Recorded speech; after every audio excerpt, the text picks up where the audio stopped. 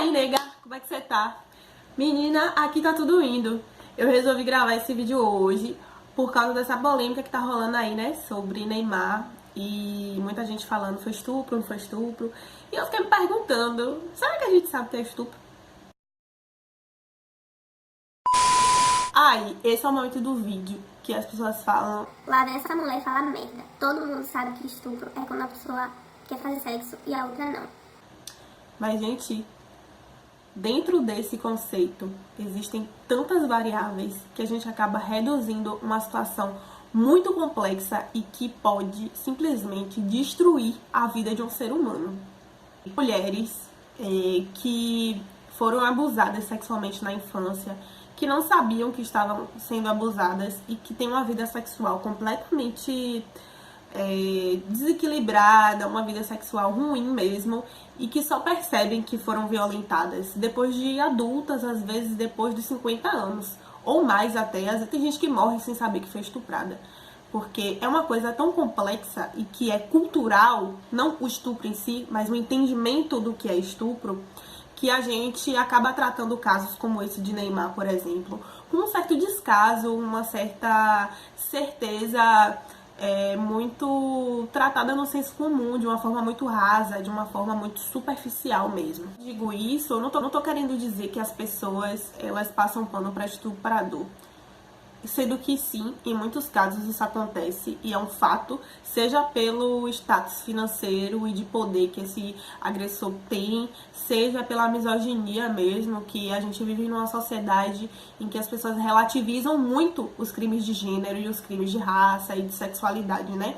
A gente vive numa sociedade em que as pessoas são naturalmente racistas, naturalmente machistas e naturalmente LGBT-fóbicas.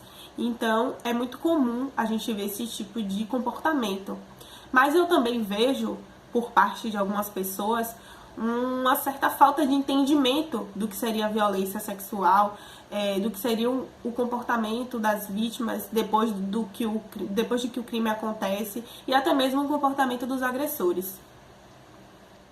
Compartilha esse vídeo aí, criatura, para o máximo de grupos possíveis. A gente precisa urgente debater esse tipo de coisa. A maioria da população brasileira é composta por mulheres. Então a gente precisa muito falar sobre isso. Porque mesmo que você não seja uma mulher, com certeza você conhece alguma.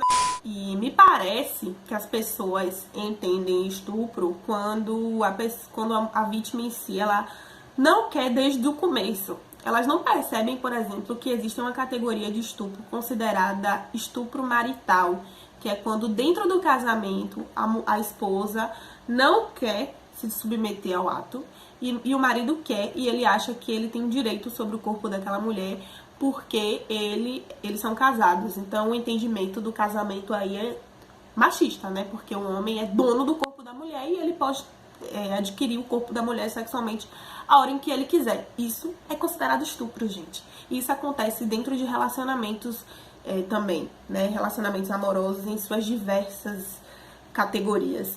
E isso pode acontecer quando você simplesmente sai com um cara e você quer fazer sexo com um cara, mas a forma como ele tá fazendo sexo é uma forma violenta, ou simplesmente você não quer mais aquilo ali, o cara insiste, e enfim, isso é estupro também, gente. Se dado momento a mulher não quer mais aquilo, ainda é estupro, sabe? A gente precisa romper com essa ideia de que ajoelhou, tem que rezar, sabe?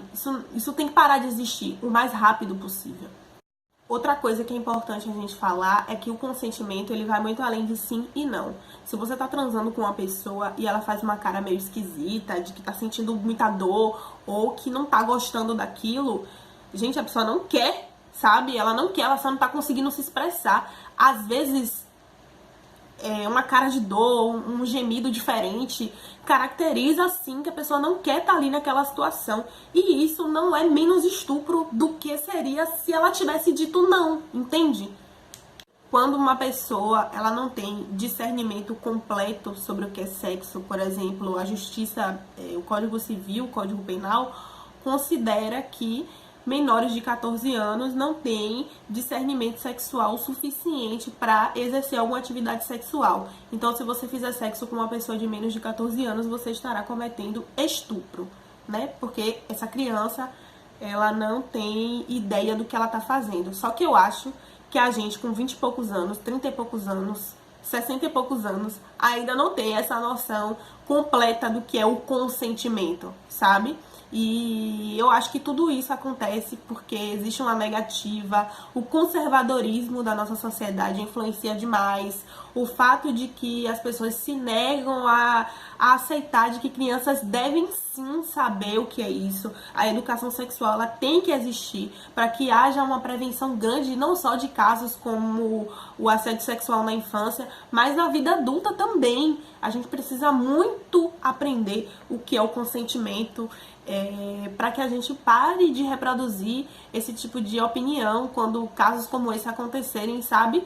Para que a gente pare de ser tão violento contra vítimas de estupro. Se a gente for parar para pensar na quantidade de mulheres que conseguem denunciar, a gente também tem que pensar nas que não conseguem. E por que não conseguem, né? Os impactos emocionais e sociais que essa mulher vai sofrer são muito grandes pra gente pensar que não denunciou porque não quis, porque gostou. E quando uma mulher denuncia, ela é rechaçada socialmente de uma forma absurda, sabe? As pessoas têm mania de falar: